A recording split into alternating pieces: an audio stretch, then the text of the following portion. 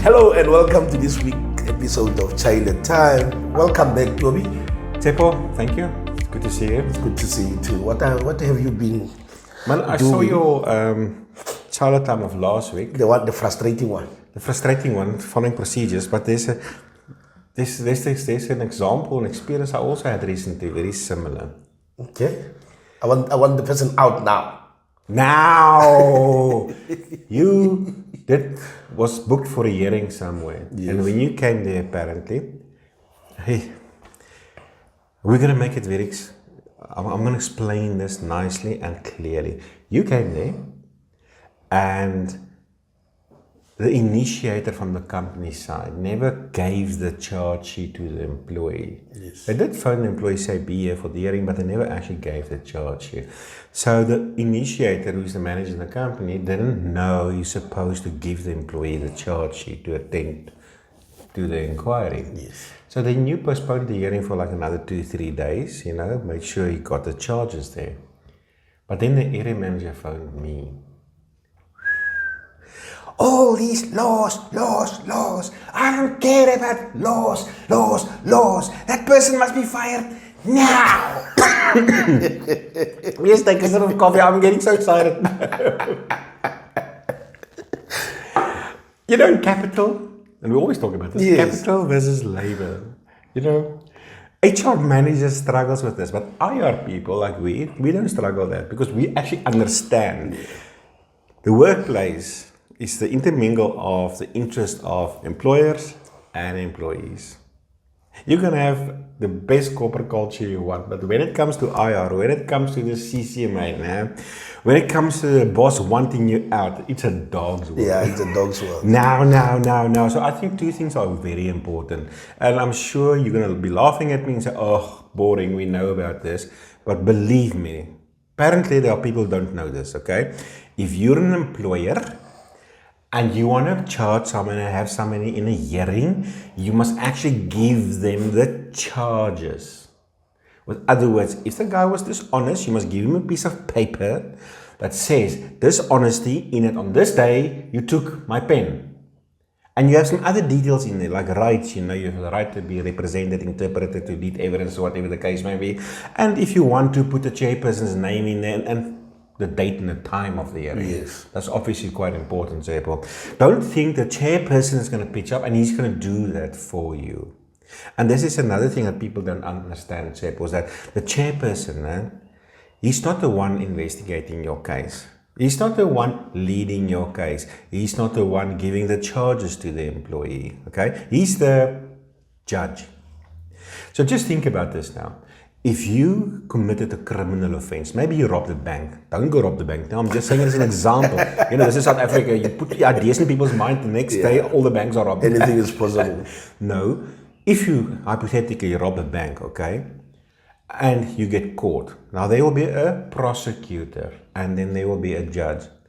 Surely you don't want the judge also to be the prosecutor, the one catching you, the one putting you in jail, the one charging you, and the one presiding over your case. No. So it's the same with the chairperson. The chairperson is not going to give the charges to the employee. You as the company, the representative, give the charges to the employee. That's very important. And the second important aspect to that is, yes, there must be a disciplinary hearing. Okay? Schedule 8 of the Code of Good Practice of the Labour Relations Act provides for procedures before you dismiss somebody.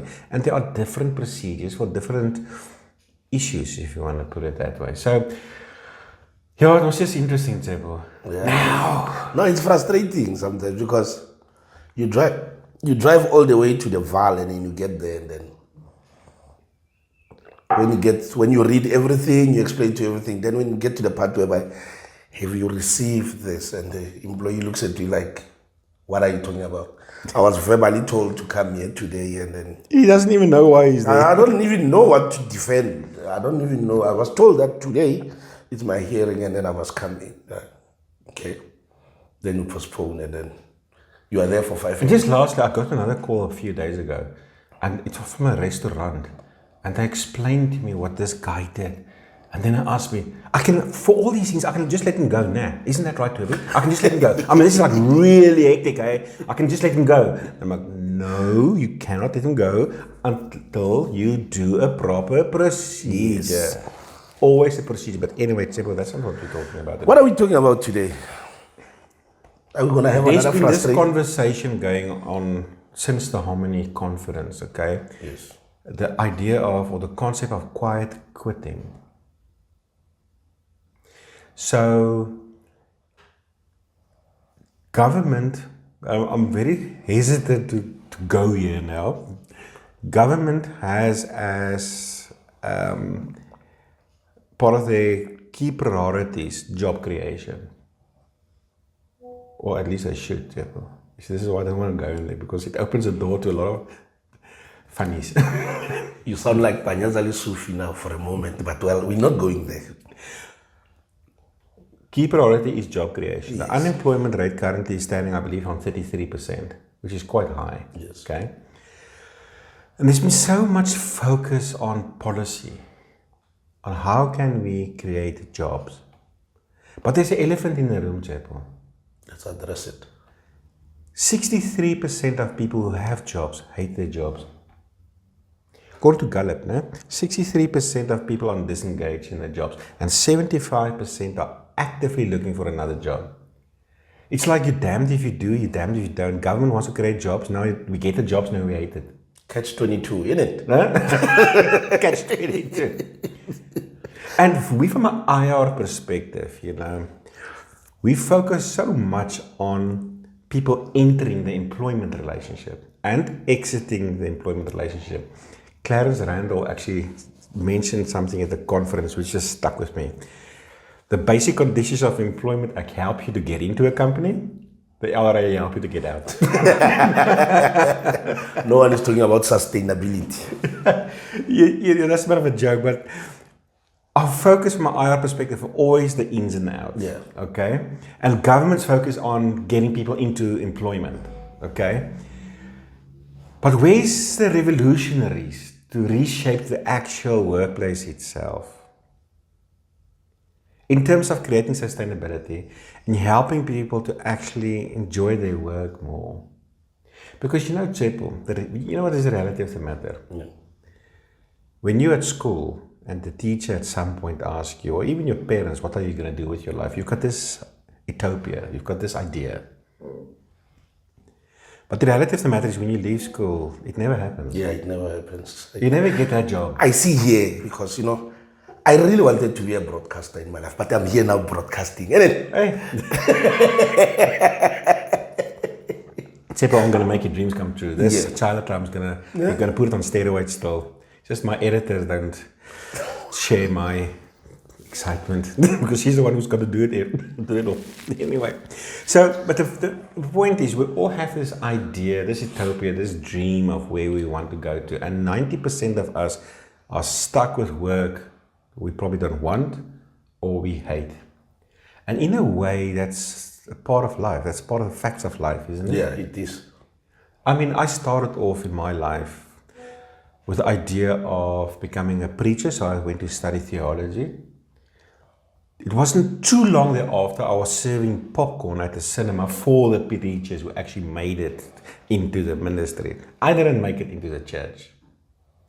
So then I started working at Sterkinikol in those days. I started selling popcorns. And lo and behold, here comes these smart pastors with their wives to come watch movies. And me, I've got a clown suit with my bow tie. I look like the Chappie man of a long time ago, that Chappie bunny or whatever. And then I sell them popcorn. Was that the idea for my life? No. And soon thereafter I became a storeman at Pick n Pay. I always felt there's much more in me than just being a storeman. Not that I shouldn't say just being a storeman. I'm just like every person have to answer for himself. I felt I was more than just being a storeman. I was a cashier at engine petrol stations.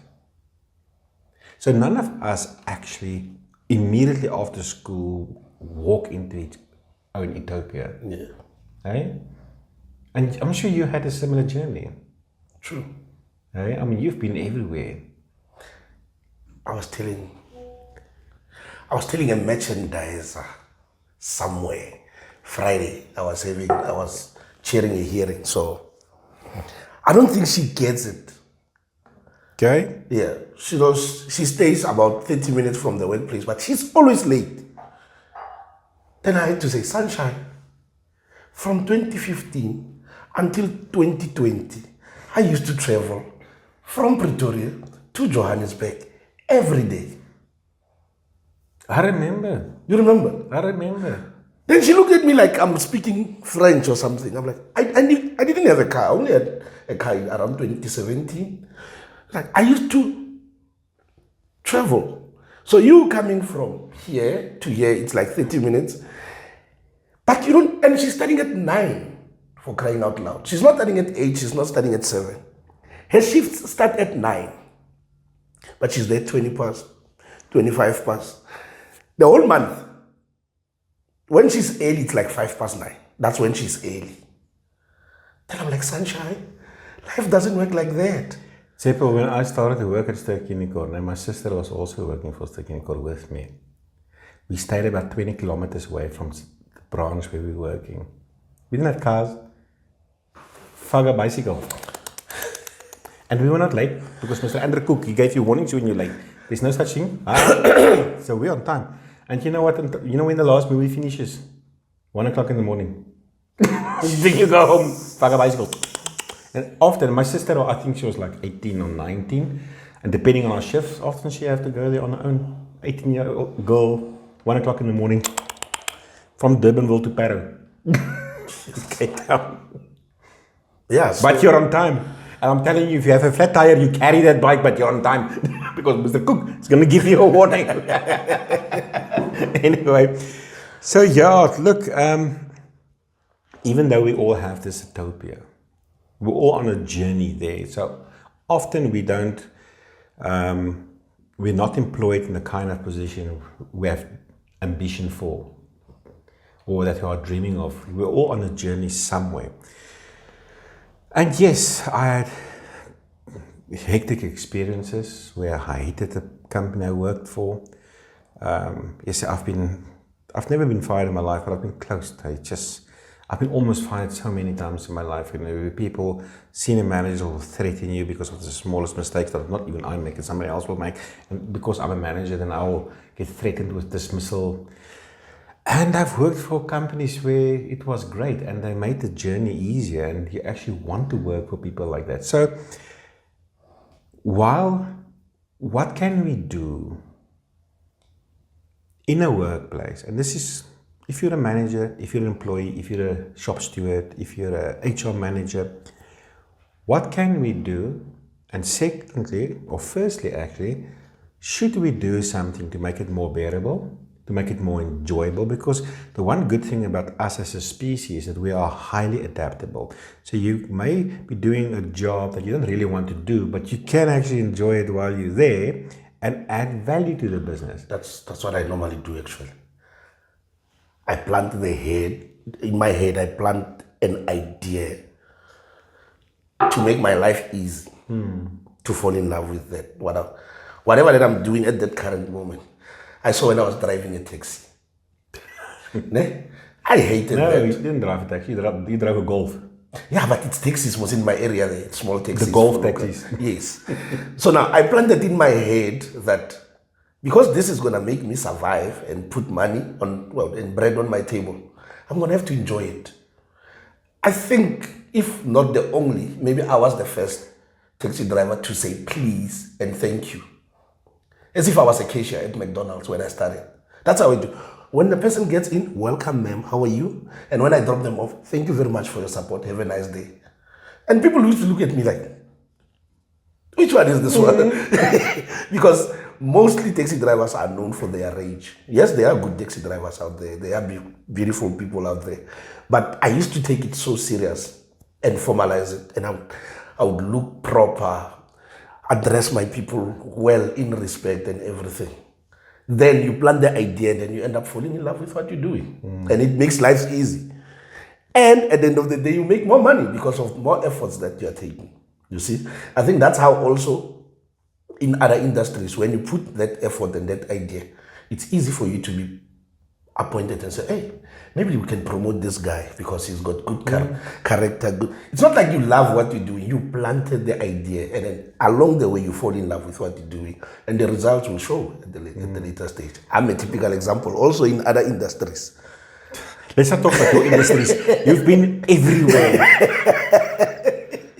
What we enjoy, when I went to study IR at the University of Pretoria, Labour Law, most of the people, if not all, has got an HR background. There's shit, we don't. We've got business background. Yeah. We actually know how a credit card machine works. Exactly. We actually know how stock take works. But anyway, so I want to give some tips. How to create a workplace that makes more sense from an employment relationships perspective. That's probably a bit more bearable, and it helps people thrive and adapt. Even in circumstances where that may not necessarily be the dream for their own lives. And here I want to speak briefly, quickly to employers and employees. From an employee perspective, just some testimony from my side, and you've just started to touch on that, Seppo. From the day I left school, I suppose being a pastor was the only thing that I sort of planned for myself, which didn't really work out. But since then, I don't think I ever had a job, which besides now, which I actually planned. I worked for Pick n Pay as a storeman. I worked for Engine as a petrol boy and as a cashier at evening. I worked for cinemas. Started off as a popcorn boy and eventually went through the ranks into management, ultimately working in the industry for probably 15, 16 years in total. And in those years, the love for labor law started to grow, and all in all, probably the last 20 years from being a junior to where I'm now, being involved in IR. But you know what? And this is a message of encouragement to every single employee. You may hate the job you have now, you may hate your bosses, but every single day, doesn't matter where you are, is an opportunity for you to learn and to absorb, to be skilled, to be educated, to be equipped. You know how many lawyers we meet, nah? And I know this sounds funny. A lot of lawyers, they've studied the LLB, and when a company comes to them and says, listen, my staff are committing credit card machine fraud, they just don't know. They're clueless. They don't know how a credit card machine works. They don't know if you look at the receipt, now there's a code in there, code the receipt. If you punch out the receipt in of earlier today into the machine, the same receipt will print out, and they will put the receipt in the pocket, in the till, and take the money as cash. So you've got a duplicate of a receipt inside there somewhere, but now at the end of the shift, they cash out 50 receipts. Unless that manager specifically look for codes, you will never know he's been robbed. Yeah. Things like that. Valuable skills you learn in retail. Retail. Let's talk about retail. FIFO. I know in labor law we talk about LIFO, but in retail you talk about FIFO. First in, first out. In other words, the way you rotate stock. Older stock goes to the front so that it does not expire.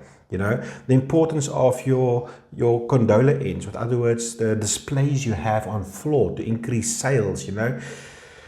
How to work with people, how not to work with people. At one stage I was fired as a young manager. I was so insecure. I actually fired so many people that eventually my staff, if I have to phone them, they don't even answer the phones of fear they have for me. The mistakes I've made, all the lessons I've learned. Politics, how to play politics at work. We are political beings. There are politics at your work. You need to learn how to play the game. It matures you as a person. Every single place I've worked. Engine, as a cashier at night, I learned something about night. Besides the fact of how to balance your till, I've learned something about the nightlife. The drunkards that drive the cars and cause accidents 2 o'clock in the morning, and they're coming in there with blood coming from their heads, and they wanted the band-aid or whatever the case may be. Or they just come there and talk crap for like an hour and a half, and you're thinking, are you going to eat the pie or not? It's like a bum. It's like being a bumman. Being a bumman, you hear all the problems and everything. Everyone will come there and sit and vent on you. Yeah. You're becoming now, from being a barman, you are becoming a psychologist for a moment. I'm telling you. And I mean, at your work, you've got that one manager who's an asshole. But instead of just criticizing her or him, Try to figure out a way of how to develop your own skills, how to work with the people. And you know what? As much as we have to say about our politicians, and let's just throw some out there. Steenhuisen, Ramaphosa, Jacob Zuma, Malema, we all have our opinions about them. Yes. But there's one thing I silently, not so silently anymore because here it goes, Yeah. I admire of all of them. And I must give a special shout out here to... He loves Zuma, by the way.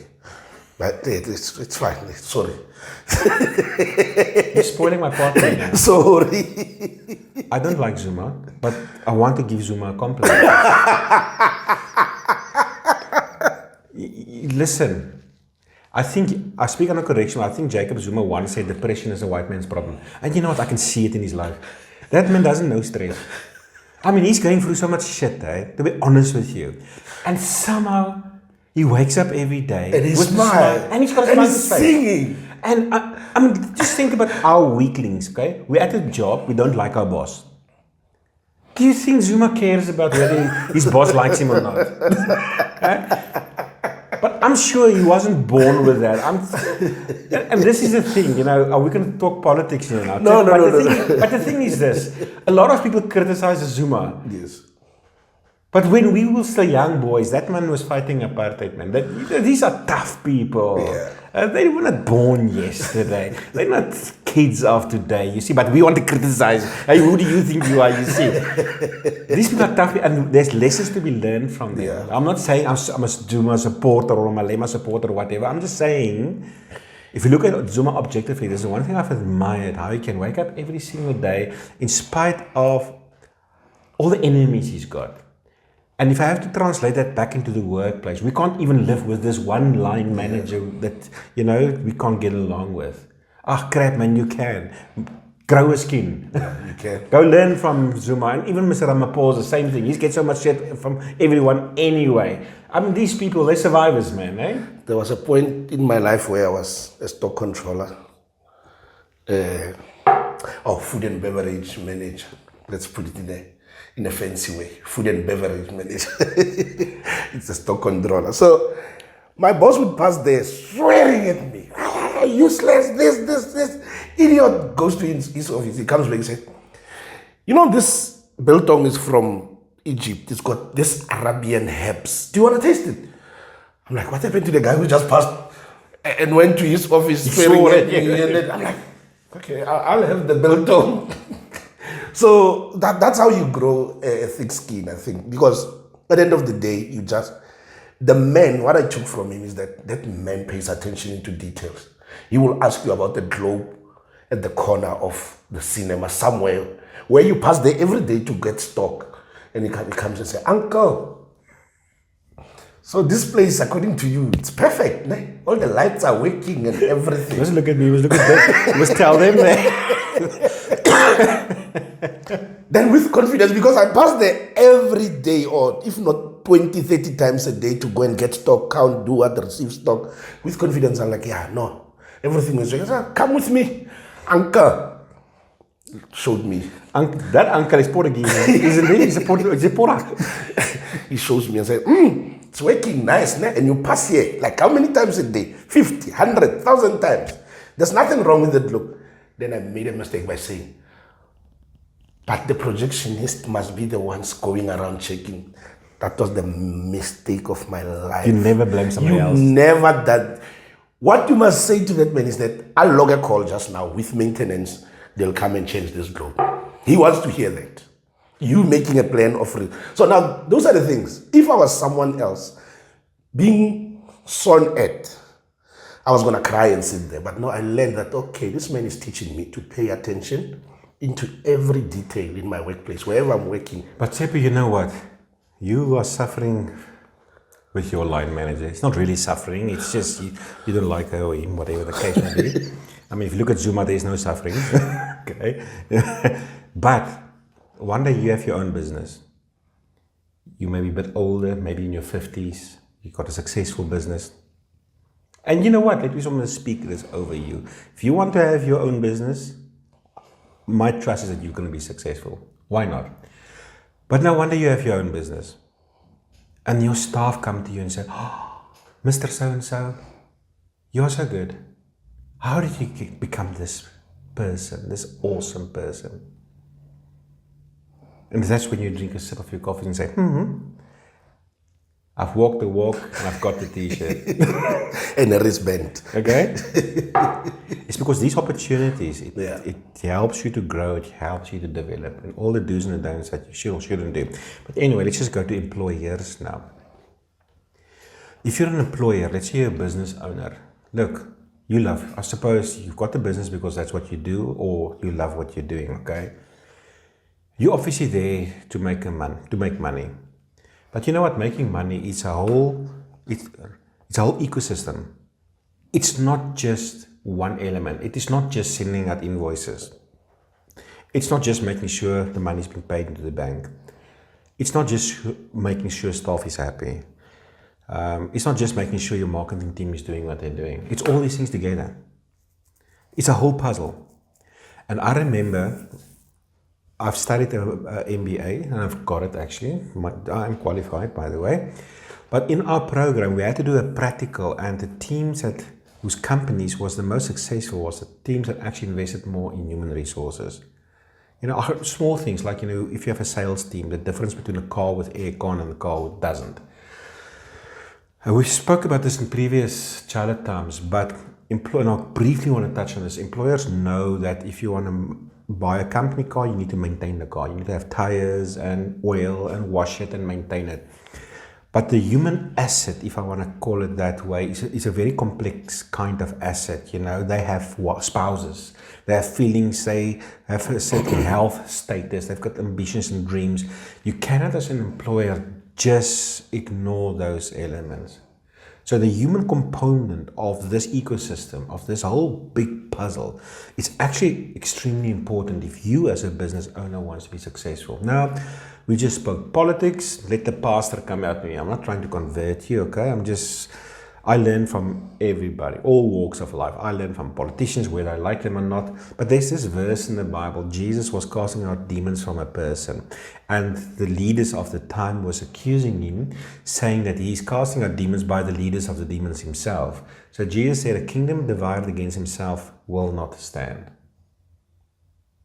And that is true if you're an entrepreneur of your business. If your staff are working against you, you know what? I actually can't say you won't stand, because in South Africa, hell, we stand. We are a strong nation. Companies go through crap, but they last. Yeah. Huh? Yeah. Still, you walk in there, they are fighting the heck out of each other. But 30 years from now, the company still survives. How is it possible? But anyway, you're not going to, you can.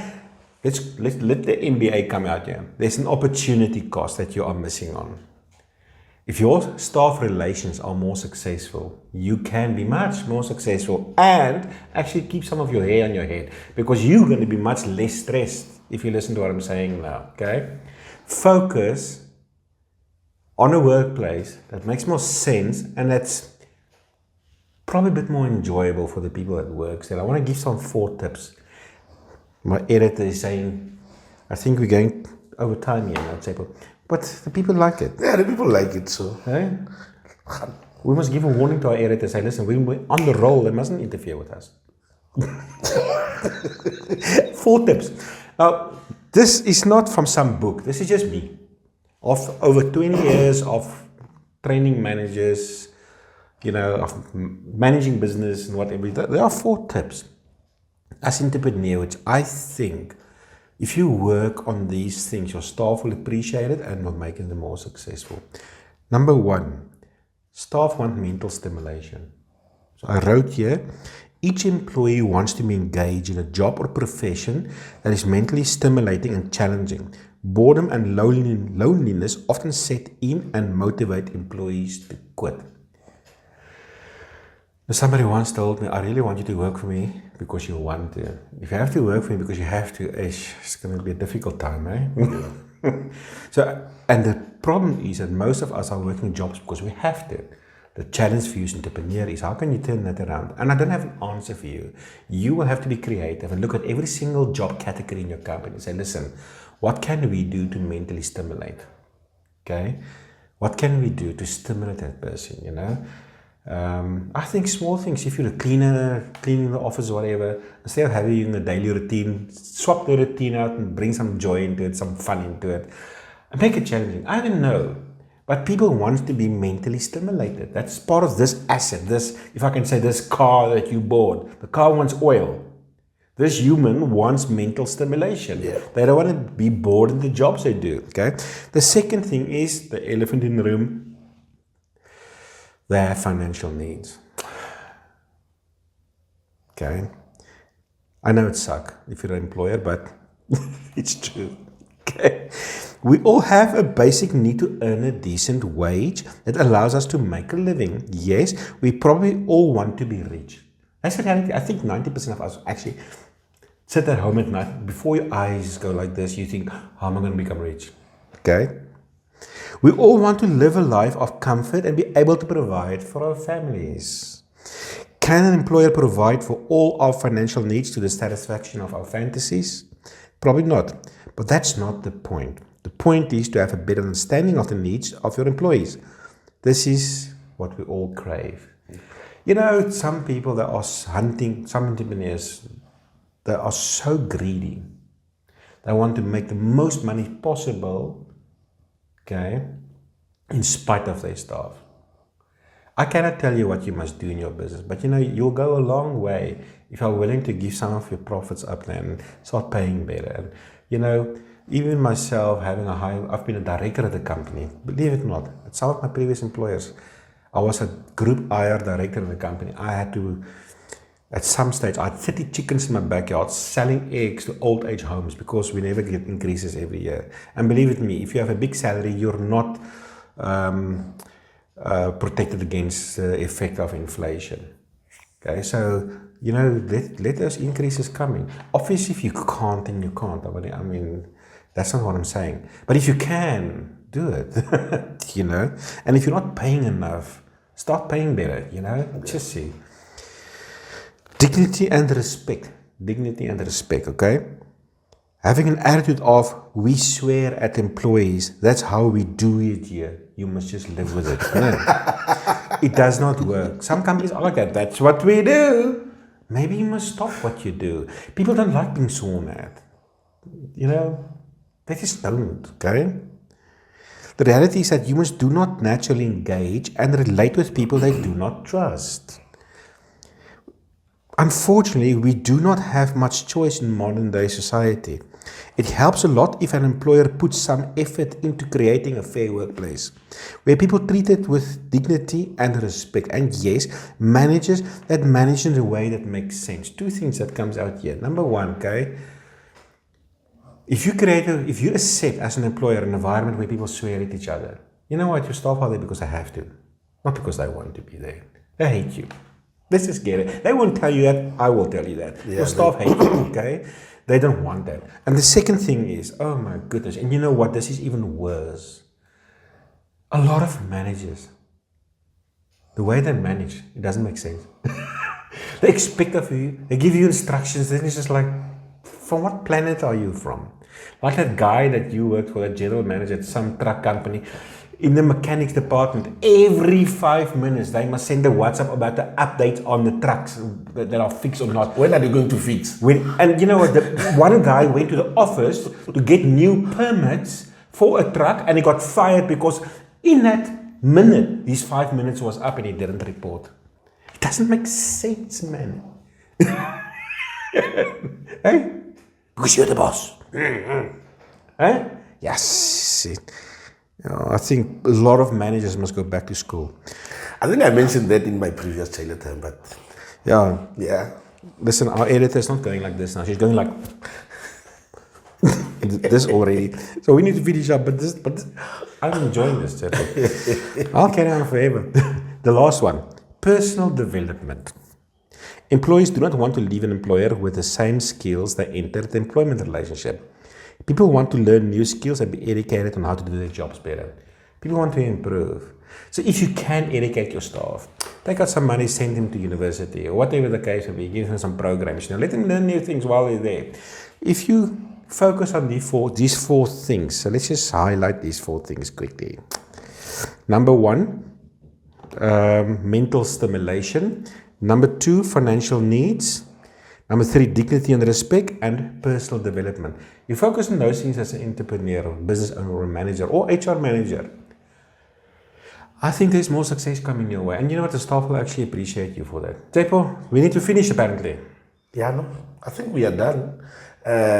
It's very important. I think you will put those pointers there so that our viewers can read through, and then we'll let our editor put those bullet points in there for us. And then they can engage. Please don't forget to engage, because the unemployment rate in this country, it's very stressful. But our job as people are, what do we do with those once they're employed? No. Yes, sustainability. Let's not only focus on come in, go out. Let's see that people can still sustain their jobs. Thank you for watching. I don't know if there's something that you want to add. No. I'm going to get a shoe against my head if I open my mouth now. So I'll just keep it quiet. Don't forget to like and subscribe. See you next time. Bye.